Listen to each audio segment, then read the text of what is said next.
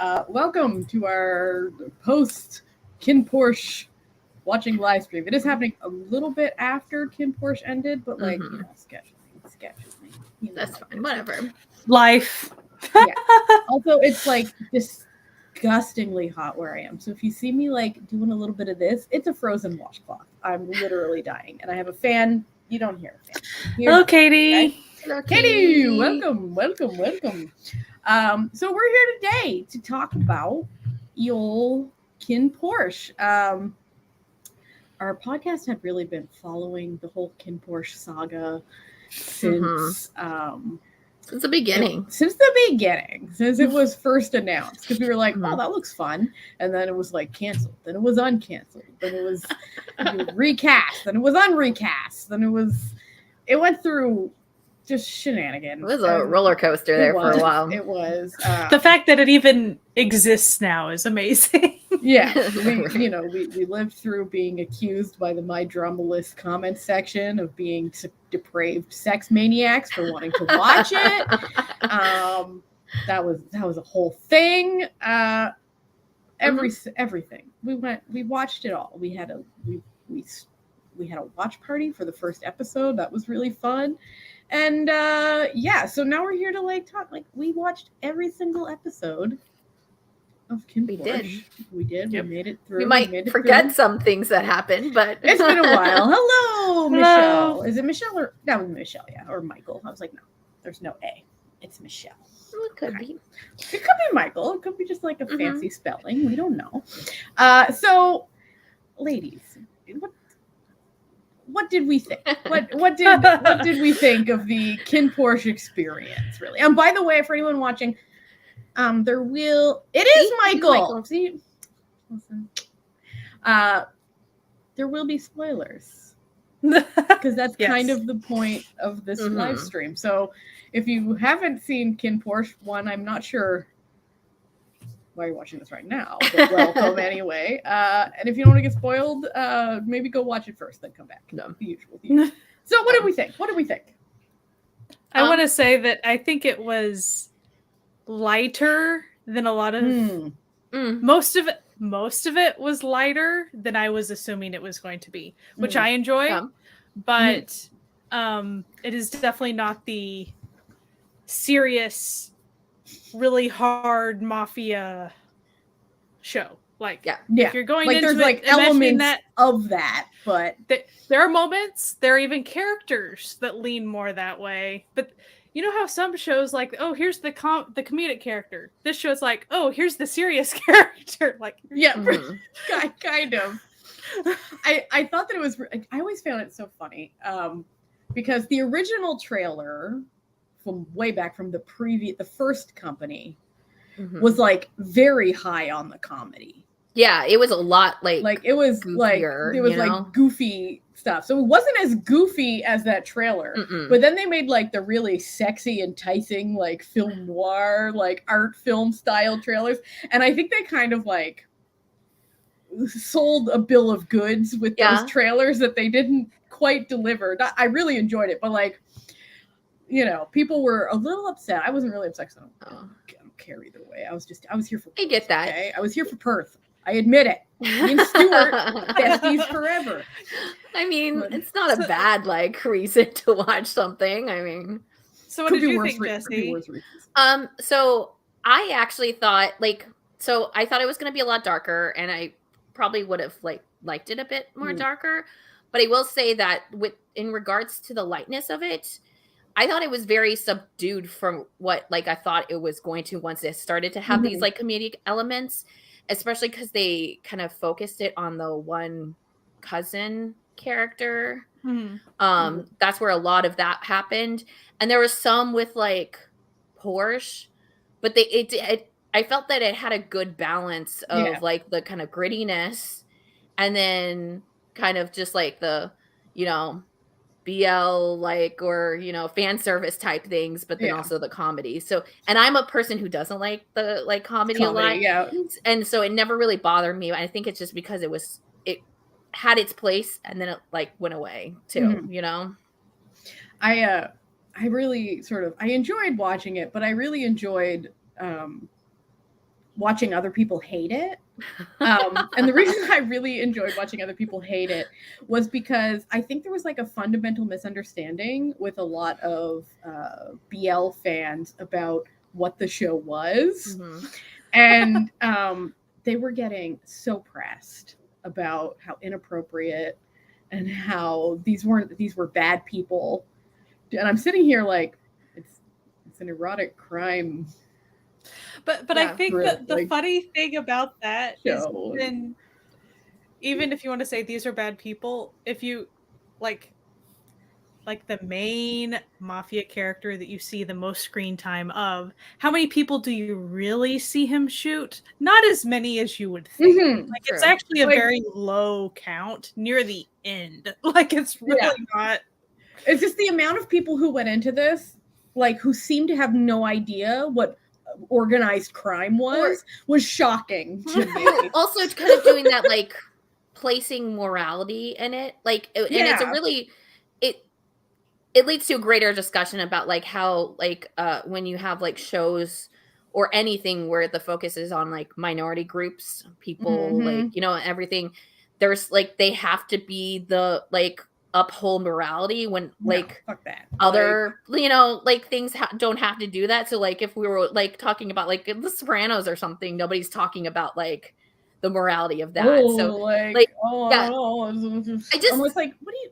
In terms of the show, in that, like, I felt it told us that it was going to be like that. So there should have been no, like, from the very beginning. And also at the beginning of every episode, there's like this, for lack of a better term, warning, little PSA thing that's like, hey, we don't necessarily condone like crime, but that's what these characters do. So like, you know, like, they were never saying that these characters were good people. Like they're like, the show is rated R. Like, let's get it together here. And it actually really annoys me because, like, I was thinking about this today.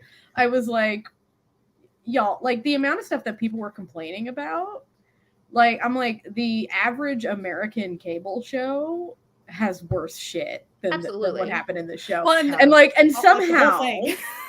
Yeah, and somehow it's like people are like, oh, like, you know, it was just, you know, too much sex. And I'm sitting here like, listen, I've watched Riverdale, like my siblings in Christ. Like, the average episode of Riverdale has more sex than this entire show. Like, let's but those these are things that they told us in the trailer. Like, it wasn't like it did a switcheroo. Like, the only thing I could say that maybe did a con, but it's not even that much, was the amount of comedy that was in it. Yeah, that's kind of it. Everything else, it's just like they tell you it's going to be kind of brutal.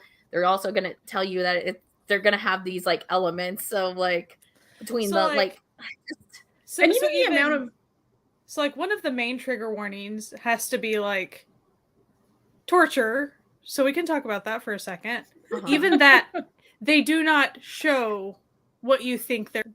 No, it's not what you think it is. It's all below camera. Like, you really don't. Yeah, they really like were very creative. Of like, I don't want to spend a blood budget or like anything. To black, like next scene, someone has like cuts on them, and you're like, I mean, like there may be like a handful of like kind of like gruesome parts, like or Perth and his demise. The behind the scenes of that.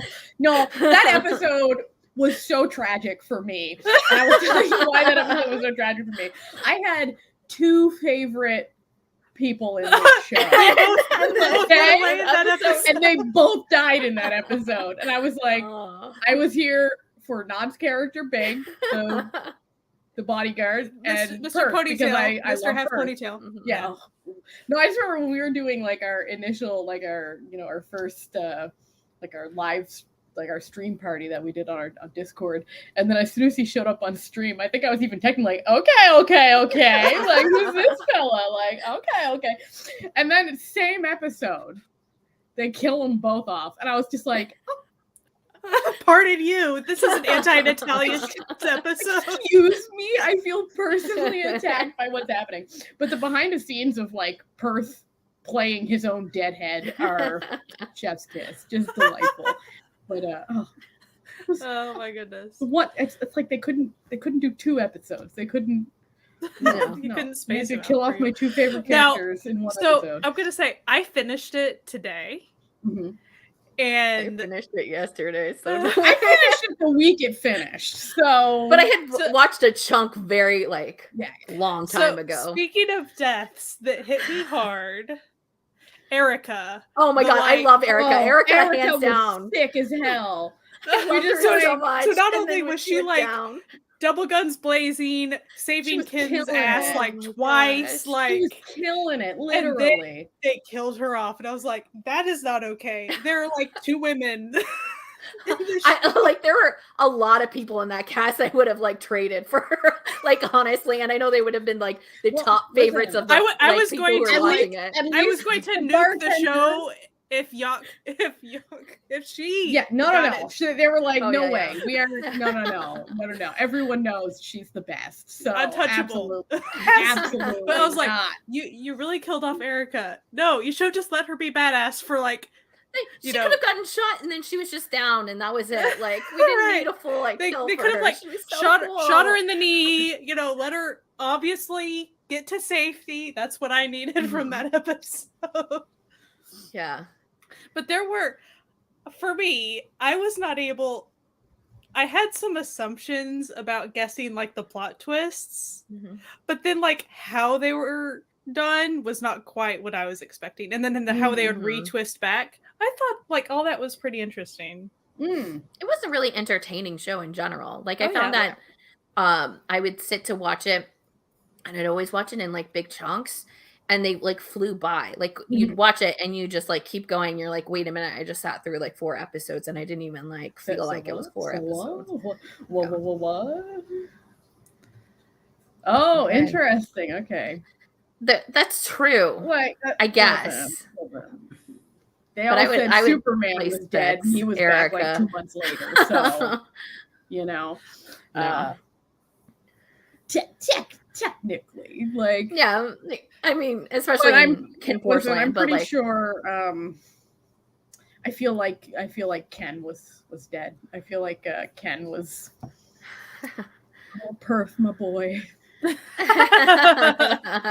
Yeah. So sad. I was just that was a devastating episode for Natalia. If there is a season 2, he could come back as a ghost. His twin brother. Little. No, his name needs to be Little because big and little. Big and little. I desire this. They could both come back. They could both just have identical twins. We don't know. We don't know. It could be a prequel. We could have the Big and Ken story of their friendship. Also, so what did you think of the brother that was very fucking love ostentatious, and watching K-dramas all the time? I felt seen by this man. I felt like he was representing me as a person. He doesn't with the fur coats. Yeah, maybe not the fur coats because vegan, but it could be fake fur. That's true. Faux fur. Always choose faux. He doesn't like to leave the house. He spends all his time watching and rewatching K-dramas. He's dramatic and just loses his mind constantly. I was like, it's me. But what I loved was kind of the last handful of episodes, all of a sudden, there'd be a family meeting and it's not that he just had opinions. He was like, no, I'm right. You guys are acting stupid. What I actually like about his character is I personally think from watching this show that he's faking it. And this was my whole thing because they're like, oh yeah, he was kidnapped as a kid and he went crazy. And I'm like, no, he didn't. No, he didn't. This is on purpose so he doesn't have to do anything that he doesn't want to do. This is a calculated, and it's smart because as soon as they're like, oh, what should we do about this? Suddenly he's like, oh, you should kill him. If you don't kill him, he's going to come back. And that's what I thought that it was kind of purposely doing just the show in general was purposely doing it. They showed this person and you thought that he was flighty or just not paying attention or not really all the other rest of the family and that sort of thing. But he was always paying attention and he was paying attention in a lot of different ways too. Yeah. Because not only that way, but he noticed when people were gone and missing and he was the bodyguards. to know when people were missing, he was the or only like one who was like, I pick think up on Pete is other in things trouble. too. Just emotions, or like getting everybody together to go to the bar. It was him who like was very intuitive and all that.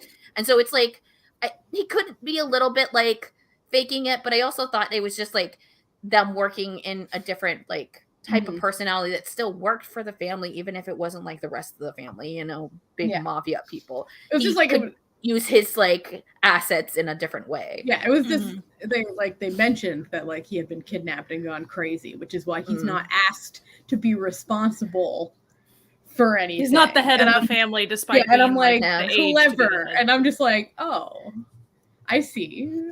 I mean, I understand. I would do that too. I'd be like, I could just like sit here and watch K-dramas and grab anything I could, and like have a sleepover. Why do I need 2 bodyguards? So we can have sleepovers and watch K-dramas. That's really what we're needing to do. And then, and if they're like, if you're just staying home, you don't need them. He'd be like, well, I'm scared of getting kidnapped again. I think I need a friend to like hang out with me and hold bizarre funerals for my fish, and be a wacky good time guy, Now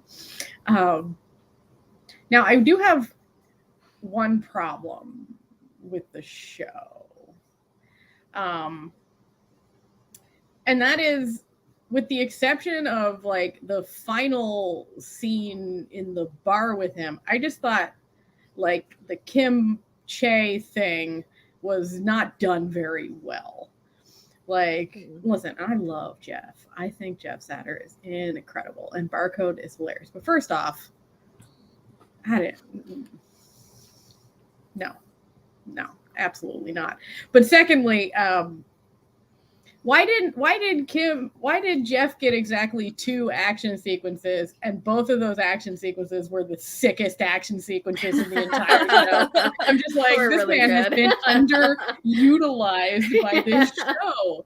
Like, just that last scene where I thought his character was so cool. Like, his character was very cerebral. Yeah. But, I mean, the relationship thing's kind of weird. But as far as what I did like near the end was how he was being protective, but staying at, minding his business as much as he could while still making sure that he was safe. I thought that was pretty nice. Like, so it wasn't being odd or weird at that point. Like, even if they had just been friends, that felt like something that the character would have done, So that was pretty nice. Yeah.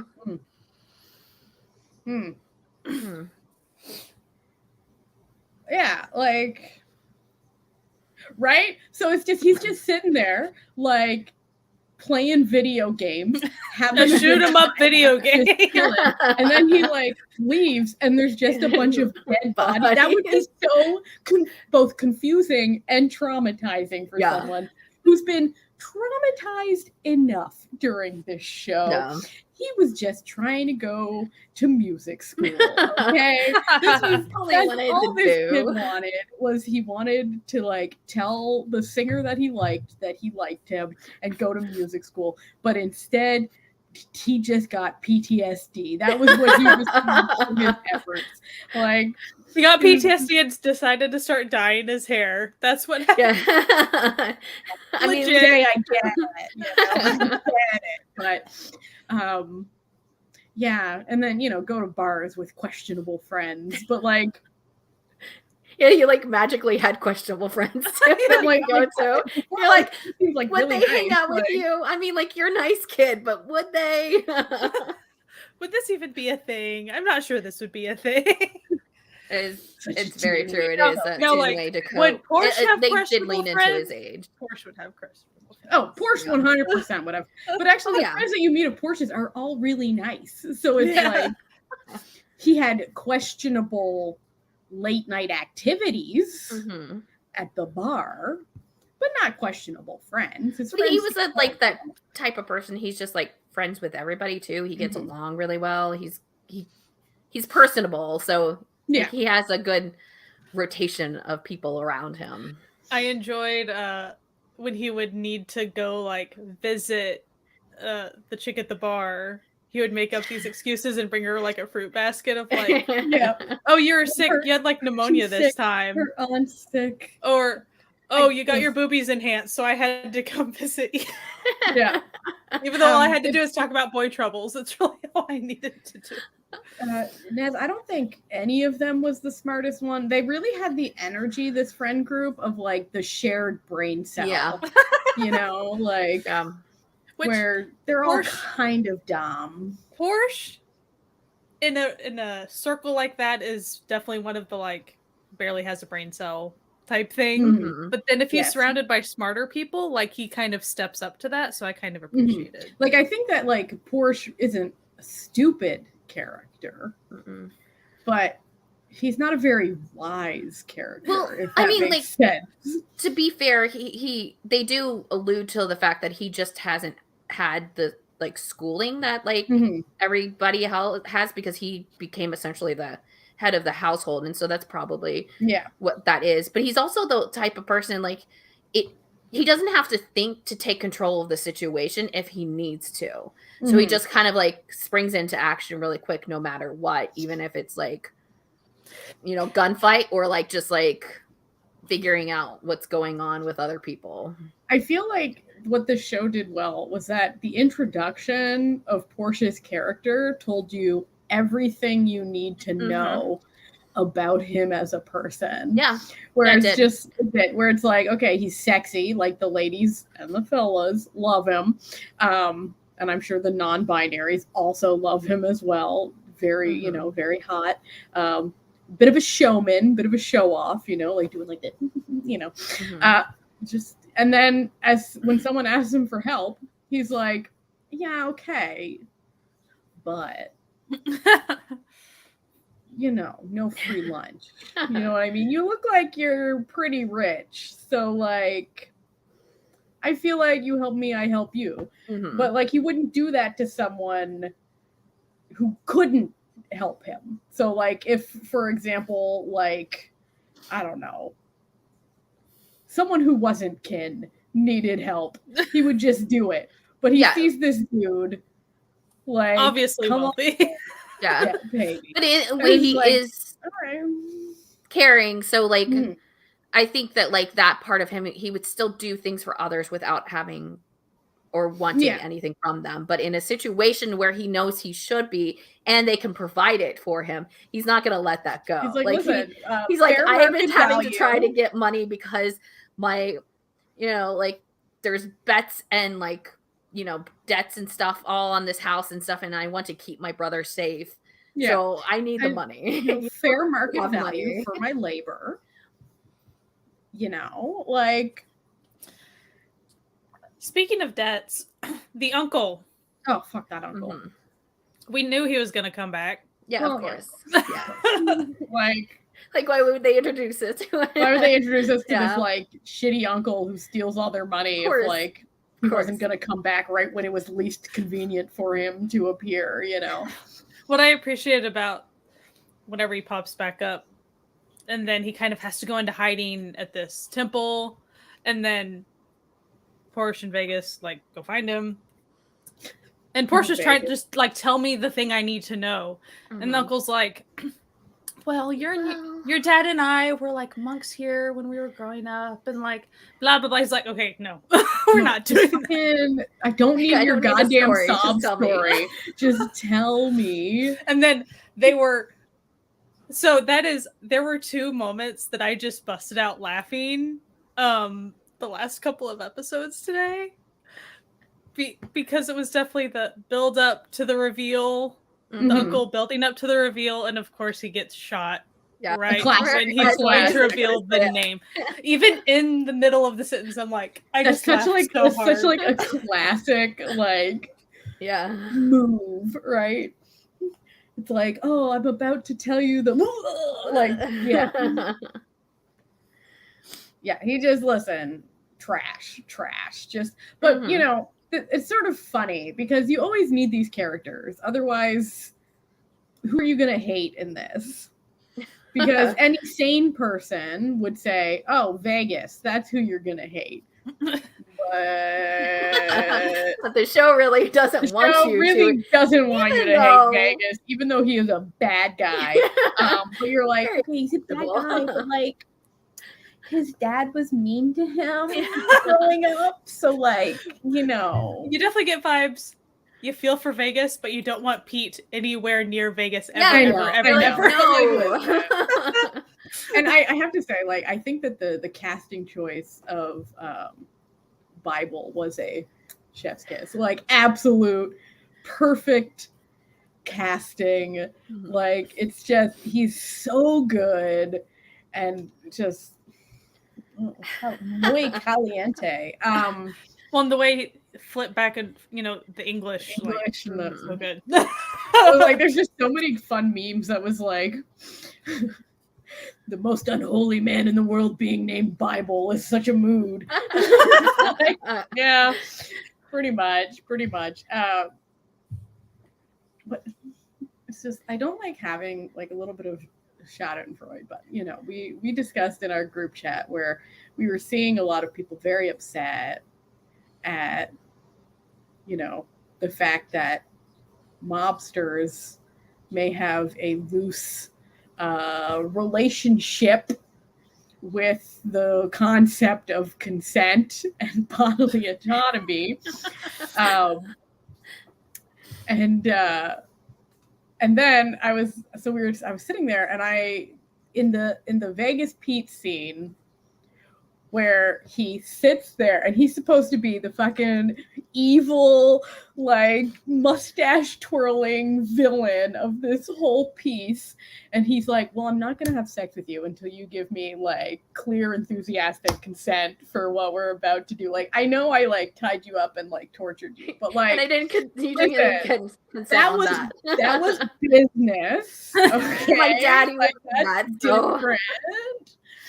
Now I'm gonna need you to, like, we gotta keep it on the line. And I laugh like that. You know how, Sky, you were saying like some scenes made you laugh out loud? That made me laugh out loud. I was like, well, how the turntables.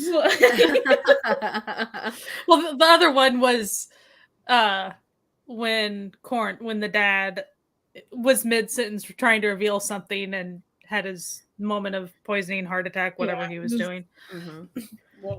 Whatever he was up to. But since I was watching those, instances pretty close together, it just each time it was, of course, we're midway through trying to reveal this thing that we've been building up to, and you are unable to reveal it. It's always when you get to this part, you're like, wait a second, there's still 2 more episodes. They can't reveal it right now. And you're like, okay. My laugh was the reveal of the mom. Especially because the actress is 10 years older than Porsche. I'm just like, oh. And I'm like, yes. She looks like she's younger than him. I know. And she did not age like between I know that some people look pretty youthful. but y'all were pushing it with this one. I probably would have laughed just at the general, like, the mom is still alive or whatever. But like, it's as soon as I saw her, and I was like, no, you can't make me believe that. Like, no, like they couldn't even put her like mom. And like add some gray streaks to her hair or something. No. And it's even worse, especially since Apo is playing the oldest looking 24-year-old like in the whole thing, and you're just like, like when they were like, oh yeah, he's 24, I was like, he's had a hard life. Hard life. It has been a hard life for him. It's true. So. One side character that I was should have had that as a PP. PP. Yeah. Oh, like, listen, get rid of that bread company. Get rid of that bread company. I want to know what her skincare routine is. Yeah. Was it the second to last episode? It was the third to last or second to last. Most of it was a PPL. Like, it was just little commercials strung together. We have to put it on. And we get our money. Like, they forgot to like advertise all the stuff that they had to advertise. Like, so they pretty much were like, and then the ramen. In this moment where we are having, Kinn and Porsche were, good and nothing else was going on for them at the moment. It's like, okay, we're going to have all of our super cute PPL. Now let's go. No. But I just, the PPL in it just makes me laugh. Because first off, when they announced that the official sponsor was Maserati back in the day, I think I've said this so many times, I want to know. That's still impressive. Yes, yeah. I want to know the salesperson at Beyond Cloud that convinced Maserati. They're like, no. Don't think about like that has Porsche in it. Like this person could, could sell anything at this point. Because I'm just like, excuse you, but that bread scene, I just need to like. Oh my gosh! What's the most unconscious the anti-nausea thing? The anti-nausea. Do you remember? In the beginning? No, the helicopter. So they had the helicopter scene, which involved an activity, and Kinn was wobbly-legged afterwards, and so it's like, haha, have this anti-nausea thing. I'm like, are you kidding me right now? It's like, girl, he ain't nauseous. Yeah, but like, I just imagine being like the person, because like, they have to approve how their products are used in the show. So I just want to like sit in on that room where we filmed this scene for PPL, okay, and then they pull up this video of basically like the crawling scene from like crawling dance from Dirty Dancing, but like with sex. And then they're like, and he'll have bread and he has bread in his mouth because he's selling the bread. And then just being like, absolutely, this is exactly how I want our bread to like. This is the market segment we're really going for here. Like, nothing. And one of the later bread PPLs was like, Porsche was saying to Kinn, "Oh, you didn't have to do all this. All he did was pour some water and give you a piece of bread, dude. Like he didn't do anything."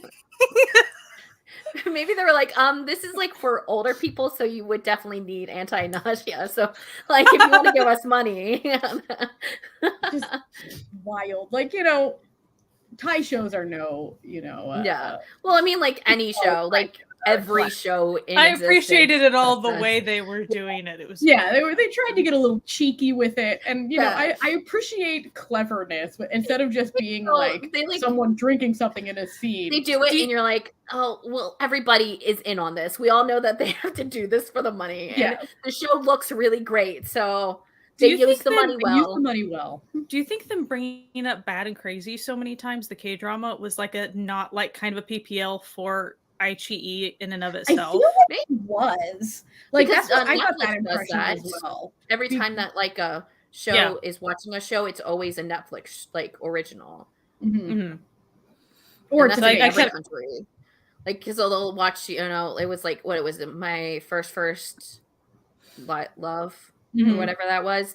They were watching like something that was on Netflix.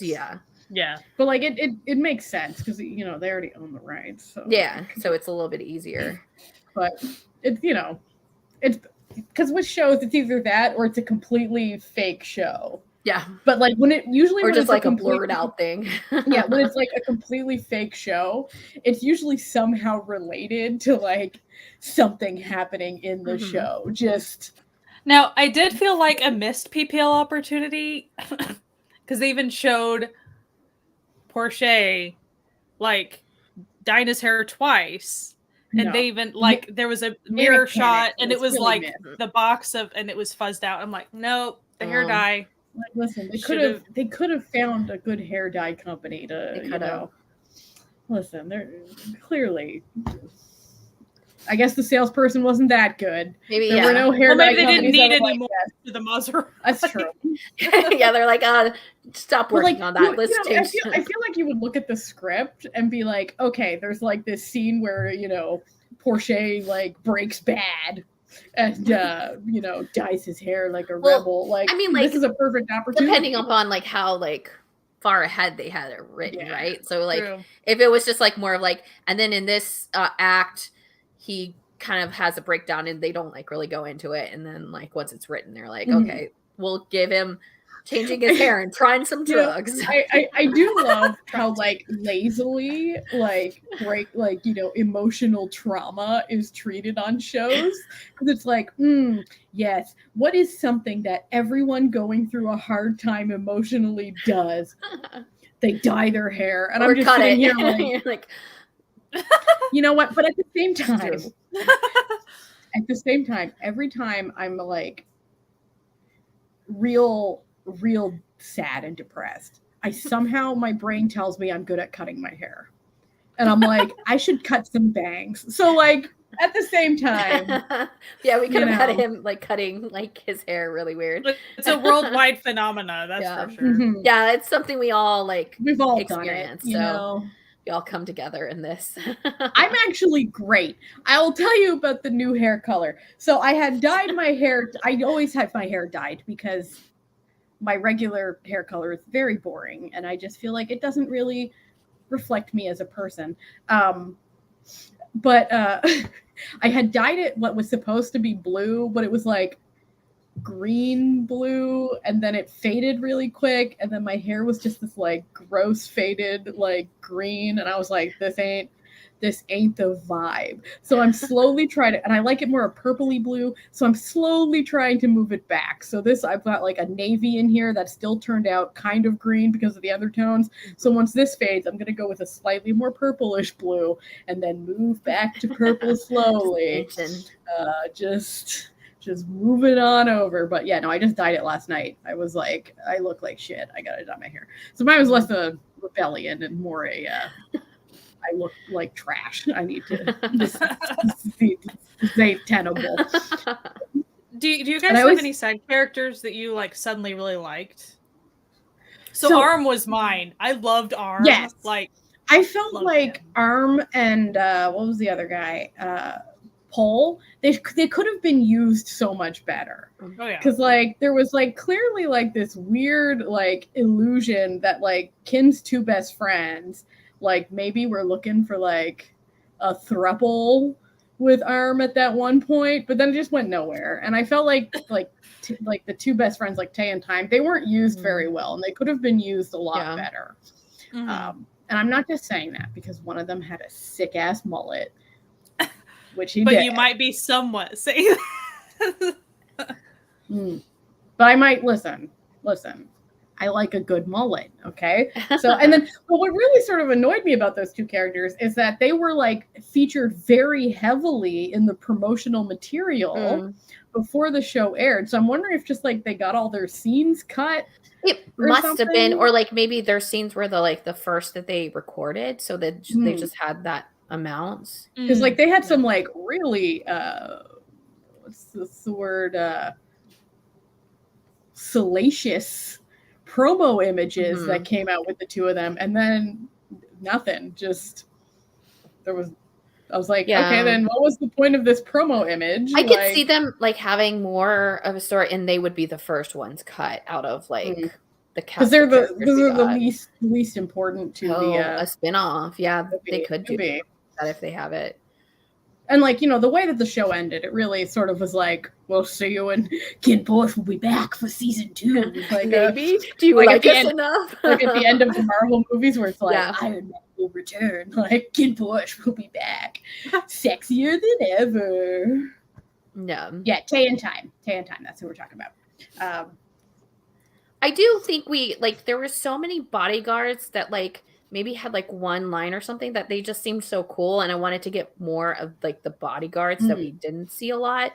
I think that's where like for me I was like kind of missing it, because like someone would pop up and I'd be like, oh, I like them, and they're really only there for a little bit, or you know, because like the oldest bodyguard and Erica, of course, but like the oldest bodyguard that would just like show. I don't even know, he had like 3 lines, but like I'm like, no, like this guy's.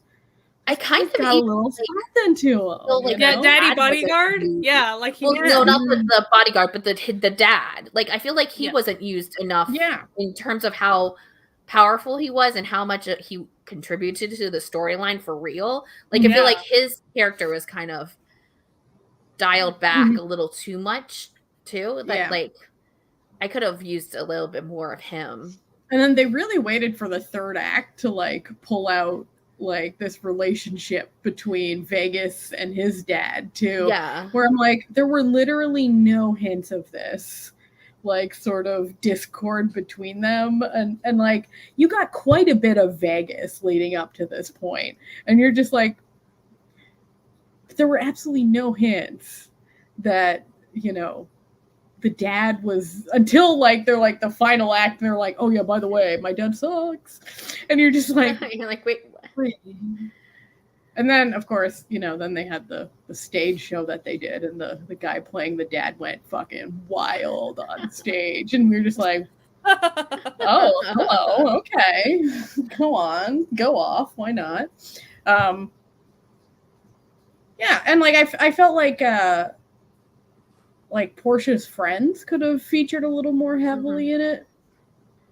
See, that's what we don't know. Was he a bad guy? Yes, they were all bad guys. Like they're living killing people, and yes, Ness. Pete is an angel. I don't care. Pete is an angel. Yeah, like I don't understand. Okay, no, you're not. We all are. He was very good looking. He knew how to work hard. Very good looking guy. Like no question on that. Sexy as hell.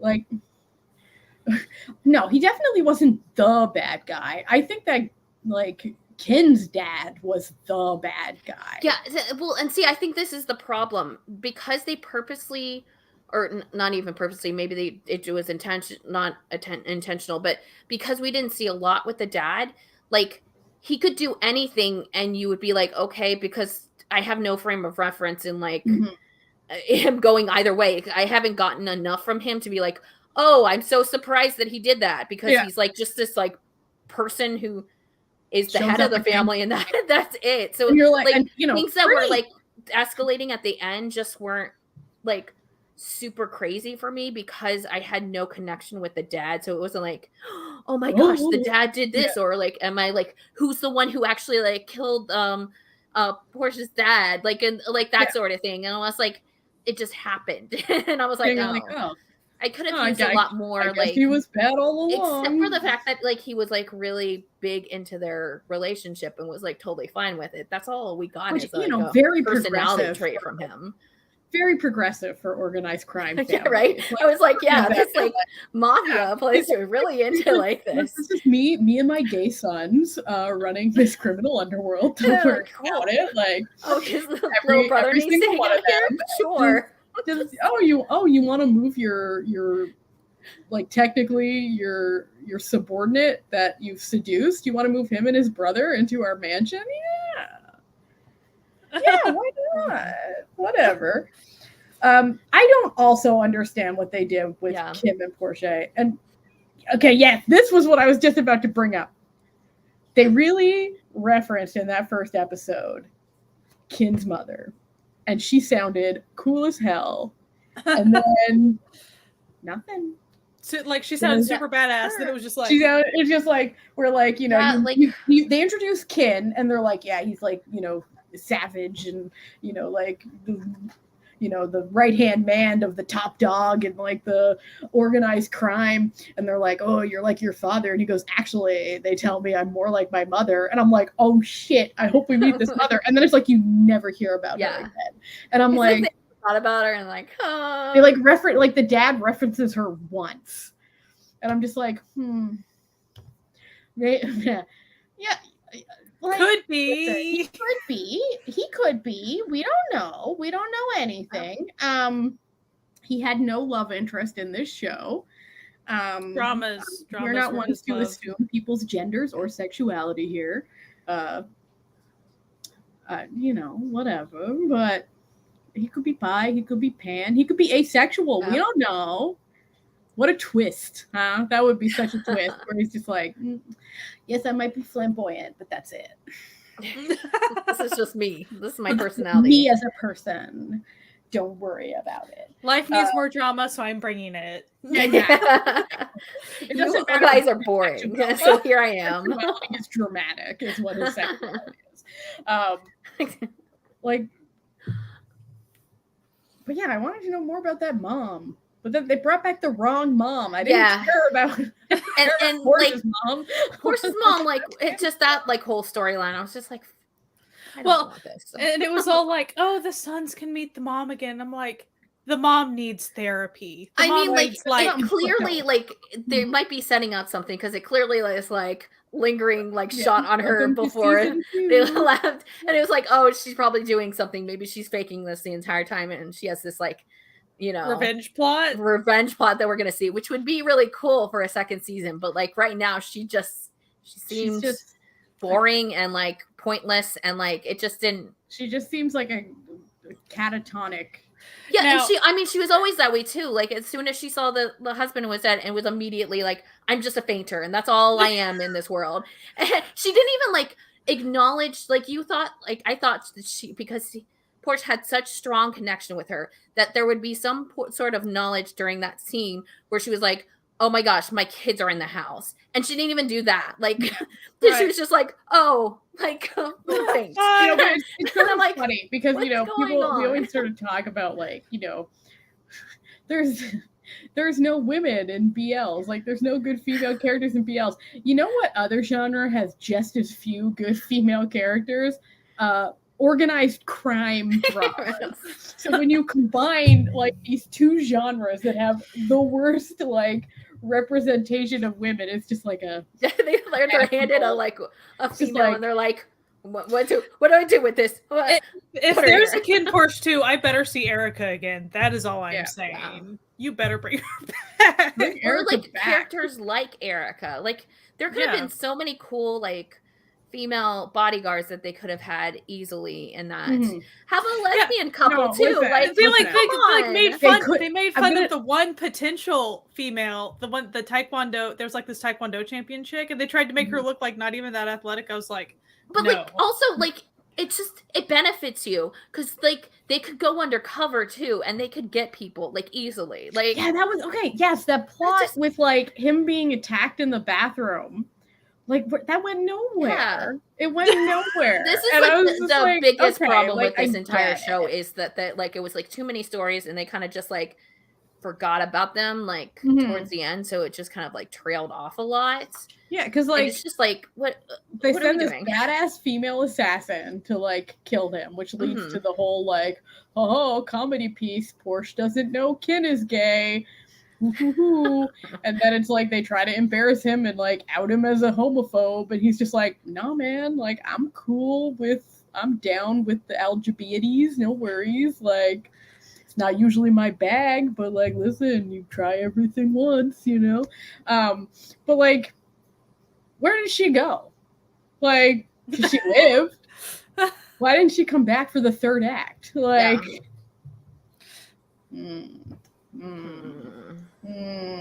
It did need more women. It did, of course. But I know why they didn't put more female bodyguards in. Okay, the reason they didn't put more female bodyguards in is because they would probably be good at their jobs. Just putting that out there. There would not be the same body count, like in terms of like the main family. Be, like they would like take out everyone, and it'd be like just a couple of people down. Like they'd be on top of everything. They figure out. Imagine if you had Arm, and then you had like also a female version of Arm who was actually doing like amazing weaponry when he's messing with his little Tonka truck. That has marbles in it. Ingenious. He was having a good time. He was obviously influenced by like Panko's flair for the drama. I appreciate that because it's just like, I desire to have the female one that's awesome on top of that. I still want Arm being silly, but I need to have like an awesome female.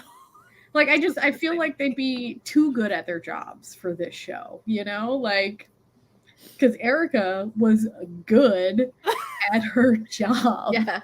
Okay. Well, everyone else is running around like chickens with their heads cut off. She's like double Tommy gun in heels. Like, I just want to say, in heels. Right. Did anyone else yell at Porsche twice to take Kinn and get out of there? No. Twice? She did not. So what do you think of Kinn? Listen, these are just some horny dudes, okay? Like, you know, they could die at any minute. This is what we do. Like, listen, the show was an erotic crime drama. They have to, like, you know, if they're not feeling each other up as they're running from danger, they're just diving headfirst into each other's ass cracks. So, like, you just gotta, like, roll with it and just be like, this is what we're doing. I do suppose that is the other main trigger warning is if you're not really into sexual content, that's a thing. It is skippable. Like, if you do want to skip, like, it's usually fairly... Well, also, wouldn't it be out of the, like, TV cut? I never watched any of those. I didn't watch any of the TV cut, so I have no idea. So I don't know what, like, is out of it. Because I don't know if, like, you know, because it could be just, like, the, like, people being shot could be the TV, you know, that could be a TV That's edit, true. But... Yeah. Right. Yeah. Yeah. The La Forte stands for the butts. Little did we know. There were a lot of butts on this show. You saw a nice bouquet quite often. Good looking butts. We like a good butt. You know, we have no problem. We experienced that with Carter, and we experienced it with this show. Carter, God. Oh, Carter. Oh, Carter. Oh, boy. See, here's the difference between Kinn Porsche and Carter. I was expecting asses in Kinn Porsche. The asses in Carter were just a pleasant surprise. So during the last episode, which was a lot of Kinn Porsche, which was a lot of fighting. Not for forever, but for a chunk. I said to my husband, I'm like, see this? They're shaky cam for a second, but it doesn't pull me out of it. I'm okay with this. I could follow it. It wasn't annoying. It's not giving you a headache. Yeah. Ugh. And I was still watching on big screen. So what did we think about the romance lines on this show? Were they believable? Did we feel the Were they believable? Romance. I mean, like, these fellas. I felt they had good chemistry, so in that respect, sure. Like, I thought every coupling, well, the major couples, I felt, I mean, the two couples that had sex scenes had great chemistry. I do find it weird that, like, one couple, one couple was kind of demonized more than the other when they're both, like, at the same level of doing iffy things, like, and it's iffy situations, but, like, you know, they weren't talked about the same way. I was like, they're both this, but one couple is loved by everyone and they're not, like, saying anything. And I saw that and I was like, mental note on that. I'm reading your comments. I'm just saying, Bible is really good looking. That's all I'm saying, okay? And a really great actor. No, he's a really great actor. Yeah, no, I think it's great. And it doesn't matter. Like, that's the thing.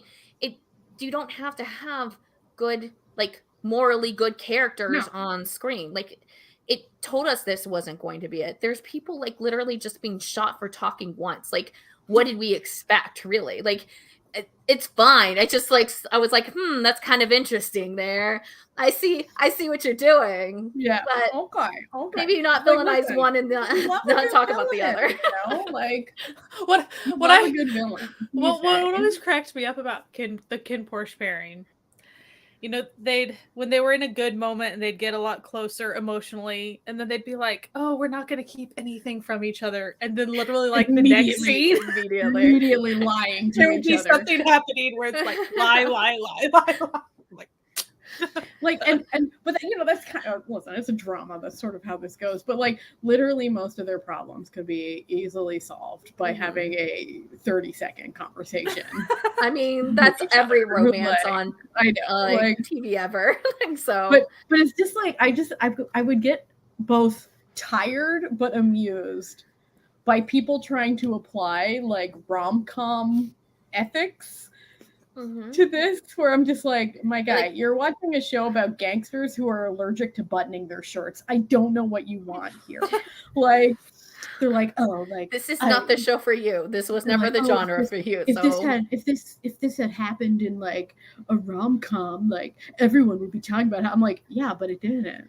It didn't happen in a rom-com. It happened in a crime show. So And I feel like this also isn't the hot CEO in a contract marriage with like the poor secretary. No.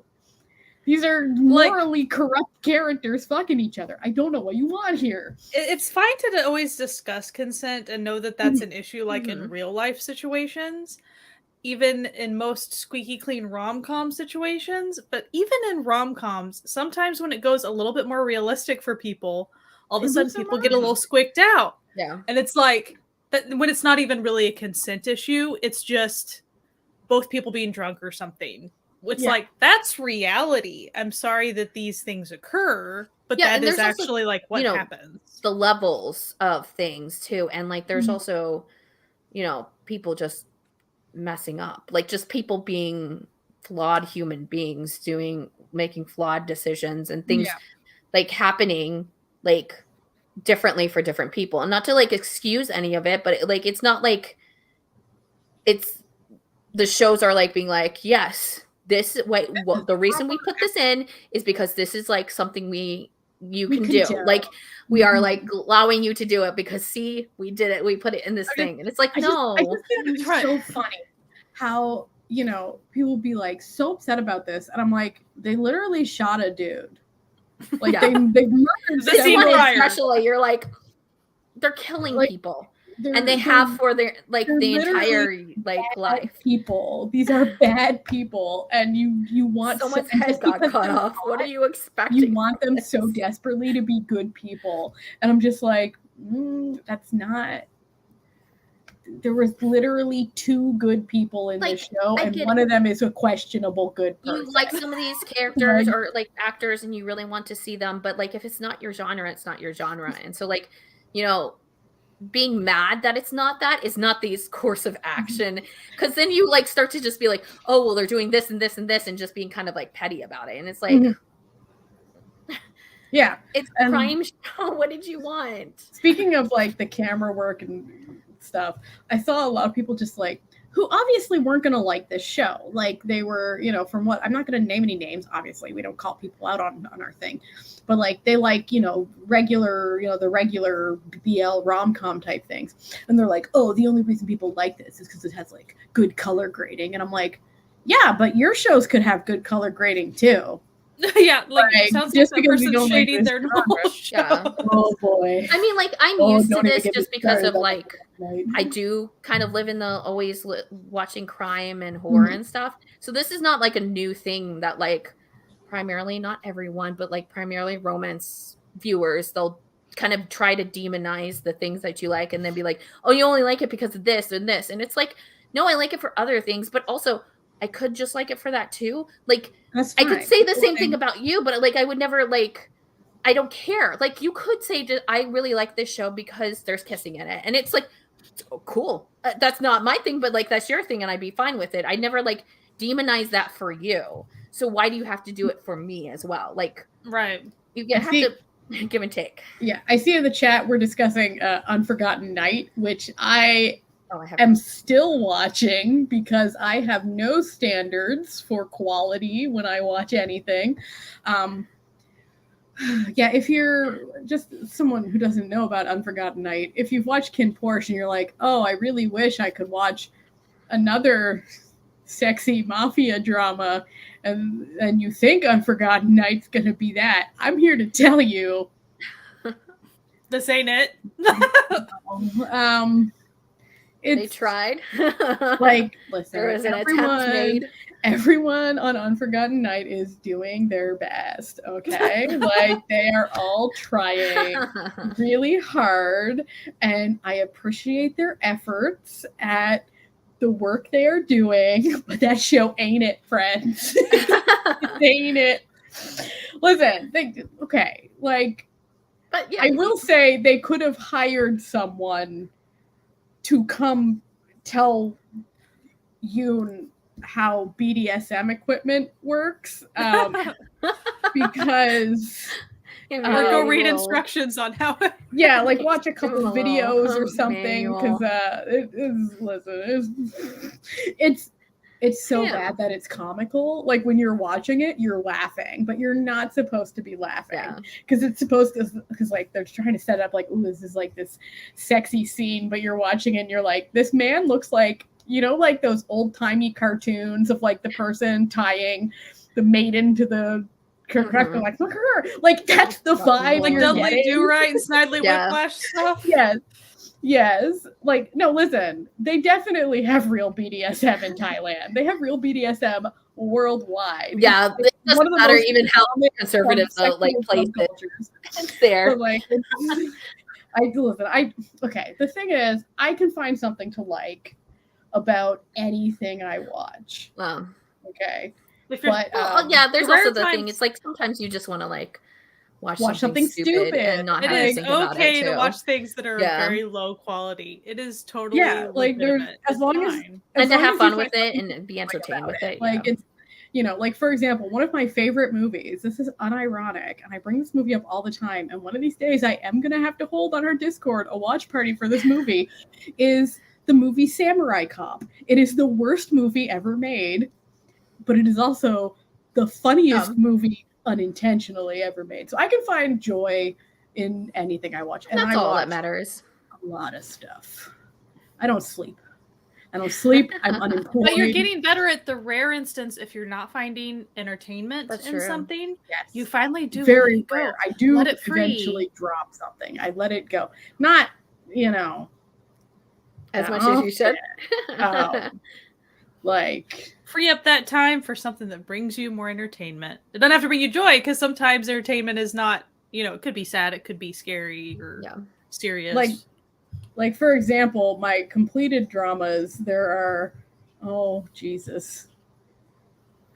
623, and my drop dramas, there are 14. So but how many of those have been in the last couple, the dropped ones? How many have been in the last couple of years? I feel like you have, like, especially on like this podcast. Okay, there was that one Chinese drama that I got, like, it had Darren Chan in it, and I really like him, so I was excited to watch it. And then I got like 20 minutes into the first episode, and it was just a lot of like fat shaming that I was just like, you know.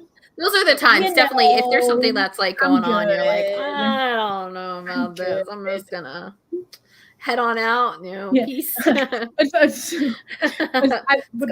husband and I have a little inside joke where we always say like, "Well, Captain, I'm all done here. Gonna go do some other stuff," because I once bought like a poorly translated Peter Rabbit bento box that had like Peter Rabbit on it, and the text, "Well, Captain, I'm all done here. Gonna go do some other stuff." So I say that all the time. Like every time I drop a drama, I'm just like, well, do some other stuff. But oy vey. I would recommend Kinn Porsche to a lot of people. I really would. I actually have my friend Nick, who does not watch Asian dramas whatsoever, but is a gay man who is dating an Asian man. So clearly he has attractiveness. He's attracted to all sorts of men, I'm sure. I was like sending him like Kinn Porsche TikToks, and he was like, interesting. Well, I find it incredibly, it's a very entertaining show. It is. I know that if my husband had more time, like I would have had him watch it, and he would have probably really enjoyed it, because he would have liked the action, because there was plenty of that. Mm-hmm. There were twists. It was very well acted. All those things. Like I felt that it was a very strong show. Yeah, definitely. And as Jessie said, it is very balanced, which for me, I prefer that. It's just I was expecting it to be a little harder, because people will be like, "Oh, that it is so played it up." It's like, there are moments of that. Not saying there isn't that many though. Mm-hmm. Like but not as many as you were maybe thinking. Yeah, I feel like if you watch the first episode, you kind of get the vibe of the whole show. Yeah, I feel like it doesn't waver a lot from that. Yeah, and especially like even just like the entertainment wise, I feel like all the episodes were pretty much that same. So if you were enjoying it and like felt it was a good watch, I think like you keep that up through the entire series. I don't really think there was much filler or lagging like in the middle or anything like that. No. Like I thought there was a bunch of like loose threads. Yeah, there's definitely loose threads, but like there's also like so much going on and it's like entertaining that you kind of forget about it. And like I probably would have forgotten about it had we not had this live stream where we're actually supposed to be like remembering things and like picking it apart. But yeah, it really was like easy binge. Like you just like watch and then you'd be like, oh, I've watched several episodes and I didn't even realize it. But this is like Jessie opening her agenda, seeing Saturday 8 p.m. Kinn Porsche and going, fuck. Gotta get that done. Ooh, shit. Well, Jessie's also been very busy with other things. Yeah. So a new job. I mean, I didn't have that many left. Because I had watched a bunch like before. So I probably only had like 4-ish episodes. So what? And was it a 1 week as it was coming out? It was 1 a week. Yeah. See, I couldn't. We all watched that first episode. I couldn't do 1 a week. Yeah, but like I'd wait a little bit and then I do like a chunk. So like I did a chunk of like 5 one time and like 4 or 5 the next time, and then it was only a couple times that I actually. For me, every Saturday at around 1 p.m. I would make a cup of tea. Yeah, I would have. Bed, crack on the old iPad, being like, honey, don't talk to me for a while. I have to watch my sexy crime fellas. I probably sexy crimes. The past couple of weeks, I did 8 episodes, I think, and it didn't feel like I've been very busy with other stuff, but it didn't feel like that amount of time at all. It really did fly by. So I had a lot of fun with it, especially compared to Carter. Just saying. No, yeah. Let's not listen. If you want to know what we thought about Carter, that's why we have a whole video that's mostly a roast. I'm gonna be honest. Like, we're usually very kind on our podcast, and we generally like have very nice things. Kind. We're still kind, but like we're definitely still kind on that. We were a lot more roasty than normal. Not unjustifiably so. We were nicer than we could have been. True. We found things to compliment, which I feel like most people did not. So take that for what we always find something to compliment. Like, but Kinn Porsche is kind of the antithesis. Complimentable. Like I had a lot of fun with Kinn Porsche.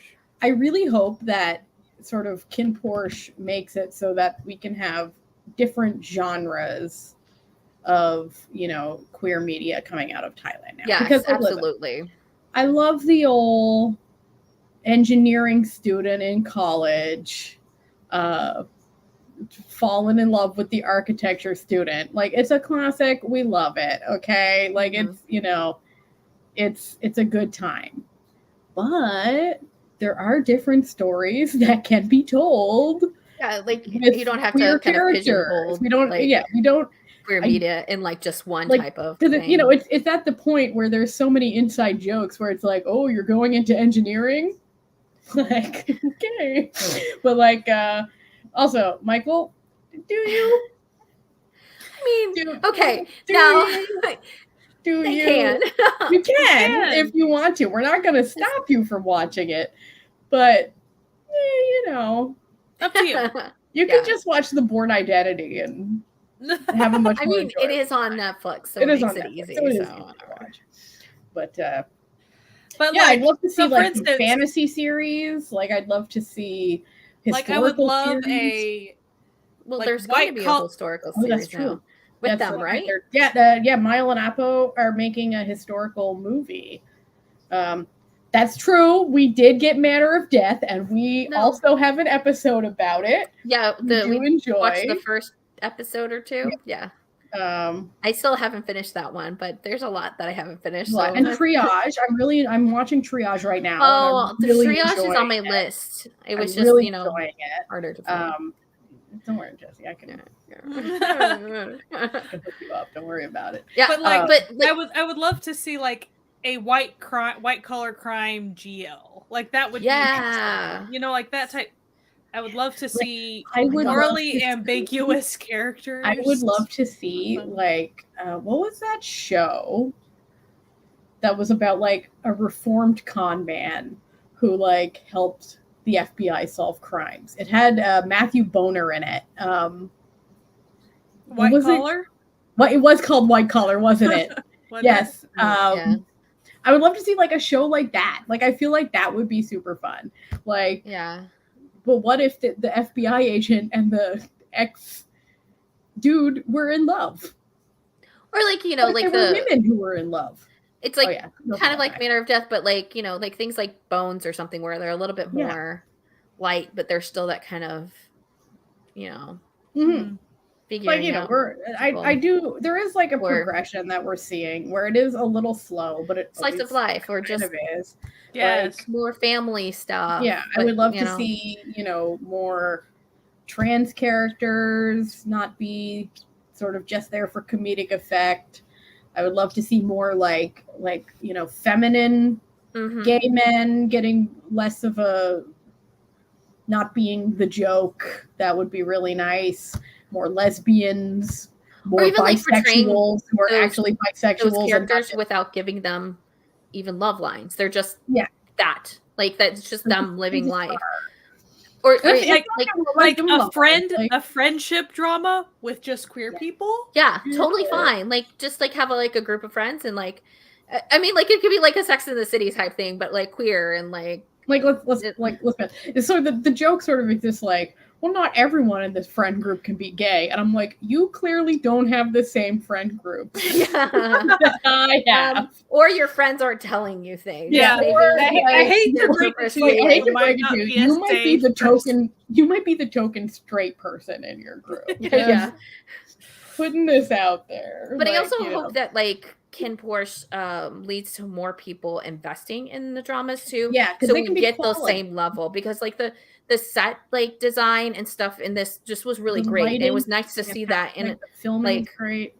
I hope that people see that they can be investing in these to get better quality stuff, like better, you know, sound editing and camera work and that sort of thing, because they deserve to be invested in.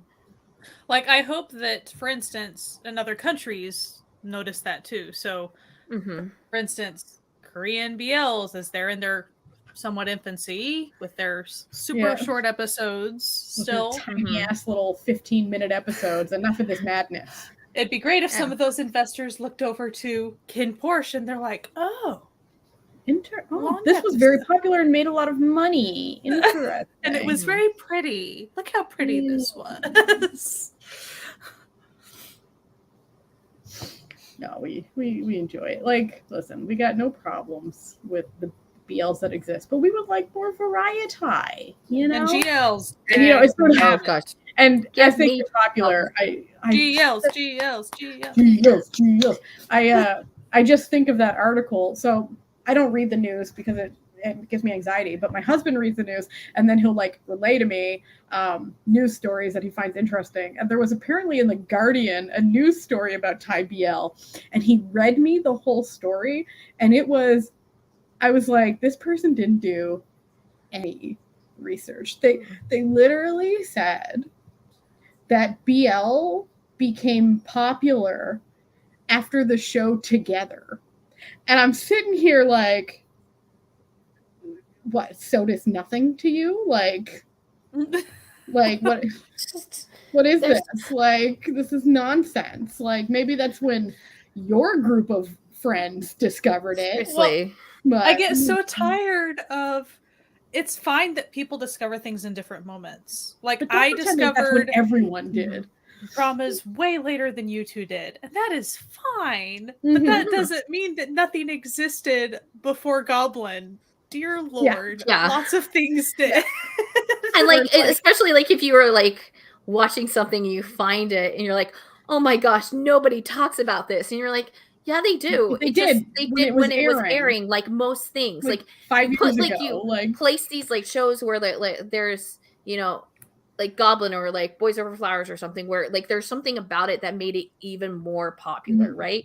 And then you decide that, like, if people aren't talking about these other dramas that same way, they're flops. When really they were, like well known and very popular and still kind of popular because they still pop up. But like just because you like found it, it's like now you're like it's like when you know, BTS became popular and everyone's like, BTS is what's making people know what K-pop was. And I'm sitting here like, Netflix had, like, before BTS existed, there was a Big Bang concert that aired on Netflix. Like, I don't know what you're talking about Girls' here. Generation, like pump it is up. Goa nothing to you? Like, just because you found out about it now does not mean that everyone didn't exist. And that like is I was just like, defining yes, BL became popular with Together. Or maybe like, that you know, hire writers who actually have like a basis in what they're writing. Like maybe do a little bit. I'm just sitting here. I'm like, Sodas was on Netflix. Sodas came out several years. Well, and Netflix back when it didn't have as many Asian dramas on it. Yes. So that was like, different. Y'all. I'm like, listen, Max Tull been working for like 7 years and y'all gonna tell me Max Tull, they're like, pardon you. Like, I'm like, they're out here having, you know, Japanese fan signs that are a fake wedding, but no. Together was the one. That was it. Mm-hmm. But I hope that Kinn Porsche is going to be a step for a lot. That'll be great. And especially for like maybe, you know, more artistic stuff. Yeah. Exactly. It came as a rec on Netflix. Yeah. And then it came as a rec when we all like got like people. those recs from Netflix and we actually took them. And now I'm like, no. It gives me a weird rec and I'm like, no, it likes to recommend all of their like Hallmark style movies. Yeah, and I'm like, I've never all watched my thumbs any of are like and every really single one I end up watching, just I hate it. Like it recommended this one, the rabbit hole is real. It's more like a rabbit whirlpool that just sort of like sucks you in and you can never escape. It recommended this. I love contract dramas. For anyone who's unfamiliar with me, I'm actually watching one right now that I'm really enjoying. But it recommended a American. I know what you're talking about. To me, terrible. It was garbage. It was garbage. It was the most like pro-military propaganda I've ever seen in my life. And I was like, this is bullshit. Hey, Frankie. Yeah, you're just going to message Natalia. Natalia's ignoring you on Twitter. It's because I'm busy. Frankie. Busy talking about crime gays. My favorite kind of be gay, do crime. That's the Kinn Porsche story. Contract dramas are so. I would love a gay contract marriage drama. I know, like, okay, technically Cutie Pie, you could call it that, but it's not. Okay? It's not. Yeah, don't watch it. It's bad. It's really bad. And I've seen clips of it because it's now like gotten to TikTok, so then I see people talk about it. It looks, I mean, it's like horrifically terrible. Like not even bad because of like the production or something. It's like actually bad because it's just conservative propaganda. Like no, it totally is. Like there's like one, okay, I know we're like getting off track from Kinn Porsche, but there's like one scene where she goes out to dinner with so she's like getting in a contract marriage with to get, basically she needs his medical insurance because her insulin is too expensive. Okay. That's too real. That is too real. Yeah. I'm just going to put that out there. Listen, it doesn't have to be on Wattpad. I don't see why it has to be on TV. Just putting it out there. So she like gets in this contract marriage with this military guy who needs the extra money to like pay off debt, because you get paid more in the military if you're married, because sure, that's not a system that's set up for people to completely abuse it in any way. So she goes out to like dinner, like he's about to be like shipped off. So she goes out to dinner with his friends, and one of his friends starts saying like really racist shit about like, you know, people in the Middle East. And she's like, excuse me, like this is incredibly inappropriate. Like you're being racist. I don't have to sit here and listen to this. And I'm like, yes, girl. Yes. And then he excuses them from the table and like berates her for like, and then like, mm-hmm. and I'm like, no, she was right. You should be agreeing with her. Like, I don't even want to try the movie. Like, no, I'd really like I was like watching it, very and I was like, angry. I was watching with like a dawning sense of horror as I continued, because like she's great, okay, he's a piece of shit, and I'm just like, you are the worst, and I hate it. Yeah. And by the way, I do think that Natalia liked Cutie Pie as well. I fucking love Cutie Pie. I think Cutie Pie, I've watched it like 4 times. Like, I have it permanently saved on my iPad just in case I'm feeling a little sad. I'm just like, I'm going to go like watch Cutie Pie and have just an absolutely fun time because this show is sunshine and happiness. And I love Cutie Pie. And the only thing that could have made Cutie Pie better was if they sat down in one scene and had a contract and then said, the only rule is we can't fall in love. That's like, as soon as the show is, I'm like, yes, I'm here.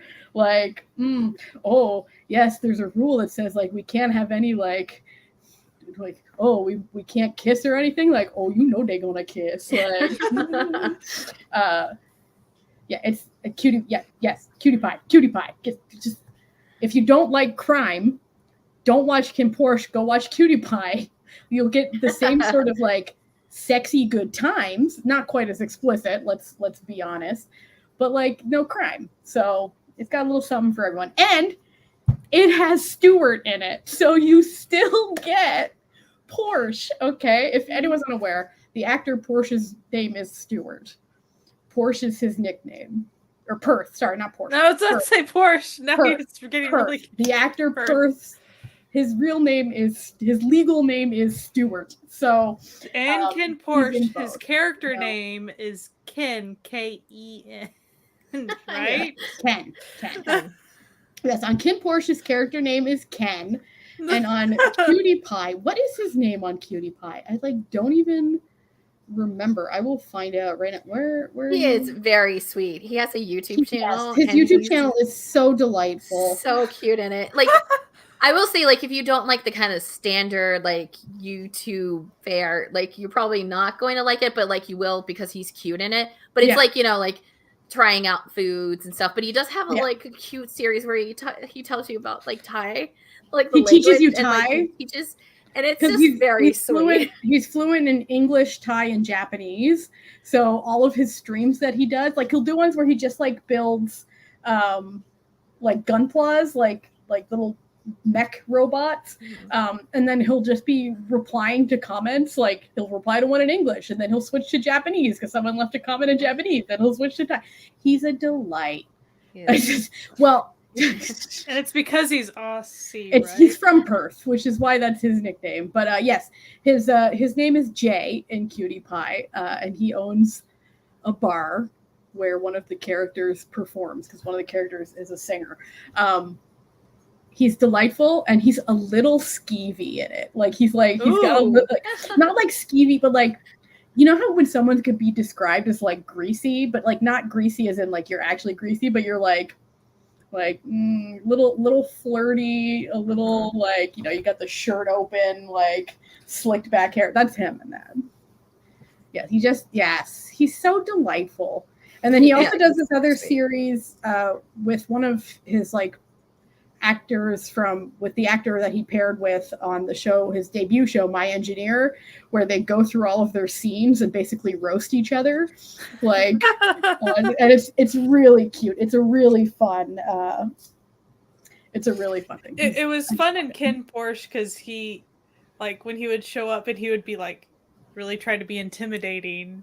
And like, and I'm just like, I want to squeeze the little cheek. I just think he's the tops. Because originally he hadn't been like when Kinn Porsche had moved from the first company to the second company, he wasn't cast in it because he was supposed to play the ex-boyfriend who like comes back but is like Tawan. Evil. Yeah, Tawan. But he in the original, but then he wasn't coming back and everyone was like, oh no, like Perth, no. And then he's like, psych, I'm a new role now. He would have been so good as Tawan though. Oh my gosh. The guy who played Tawan was really good. I've seen him in some other stuff. He was in, oh my god, what was he in? He was in Until We Meet Again. He was in, which is one of my favorite BLs.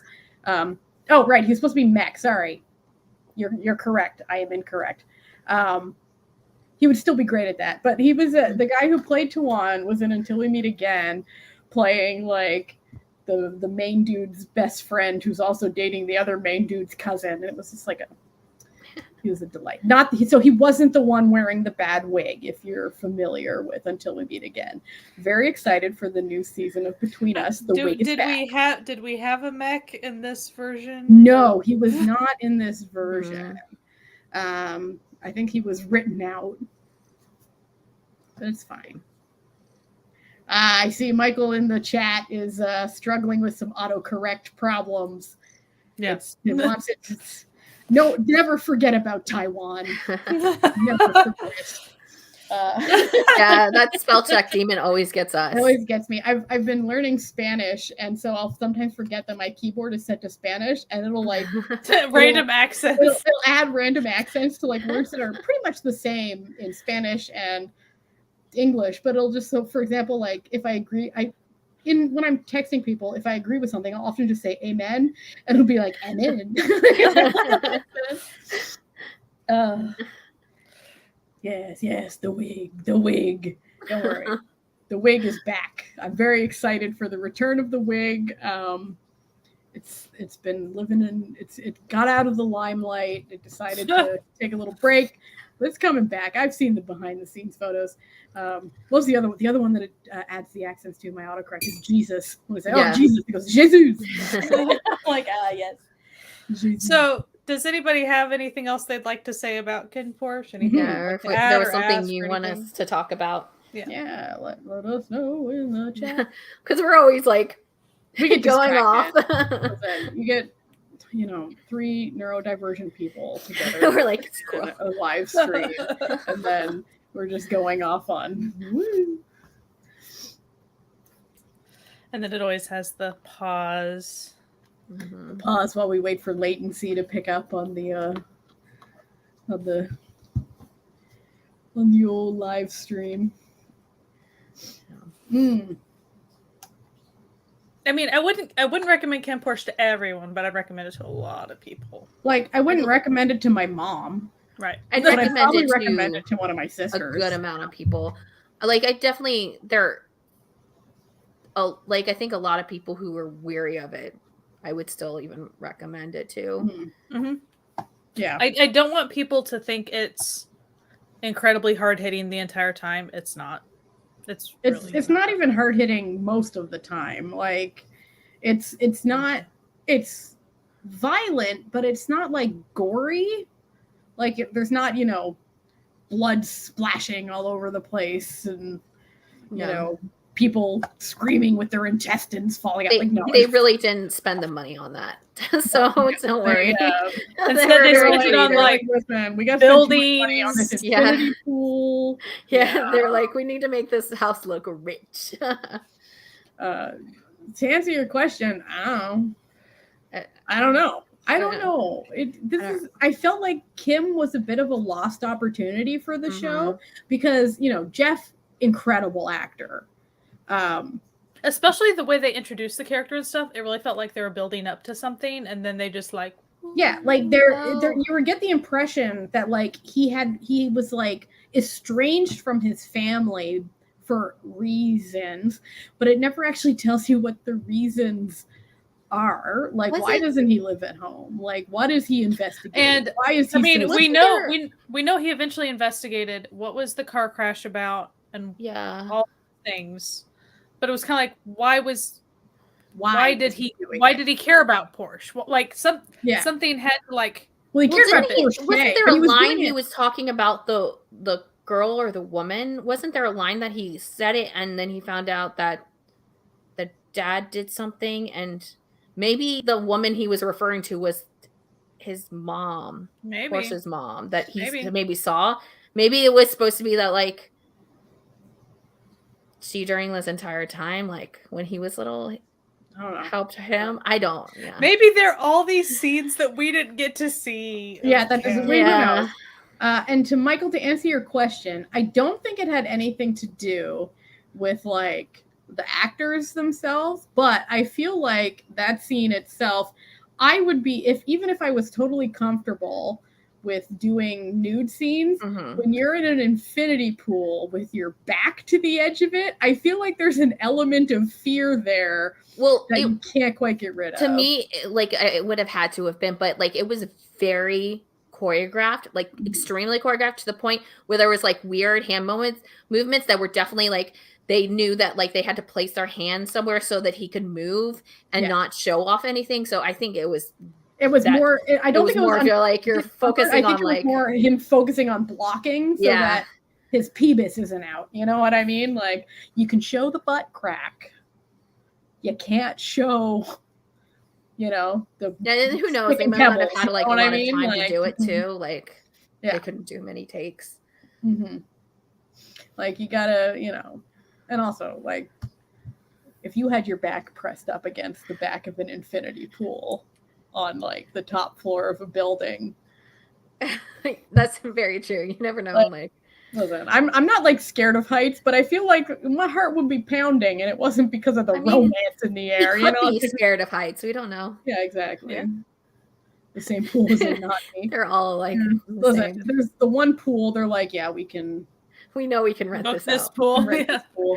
I always love when you're watching a show and you're like, wait a second, I know this place. That staircase looks familiar. Yeah, you're like, hey, wait a second, I've seen this before. Wait.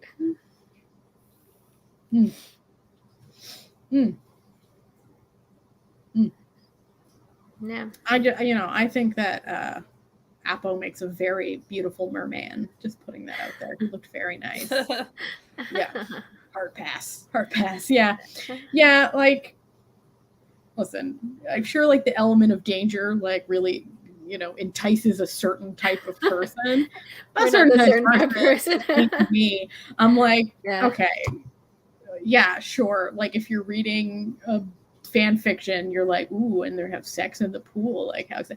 But I just sit here thinking about like the actual like mechanics of sex in a pool, and I'm like, it's gonna be awkward no matter what. Like, it really is. Like, there's always those like shower sex scenes, and I'm just like, okay, have you ever tried to fit 2 people into a standard shower? Like, I know I'm like, and then add like 30 people watching you. Like, yeah, but like even just like in like reality, like when unless you have one of those showers that has like the 2, there's always one person under the water and then one person standing there just like watching, and it's fucking weird. Don't just thank you for coming, Michael. Thank you. Sex. It was a lot of fun. It was a lot of fun. We you know what, we always have fun with these, and we have so much fun that we do a live stream literally every week. So it's not all spoilers though. We have a lot of fun up here with the Noonas, and we hope you come hang out with us. They're not always at the same time, but we always have a schedule up on our Twitter, so you can come hang out with us whenever you want. Yeah. So anyway, thank you all for coming to this wonderful Kinn Porsche good time. We hope that you had fun, because we did as well, and we will see you soon. Yeah. Bye. Bye.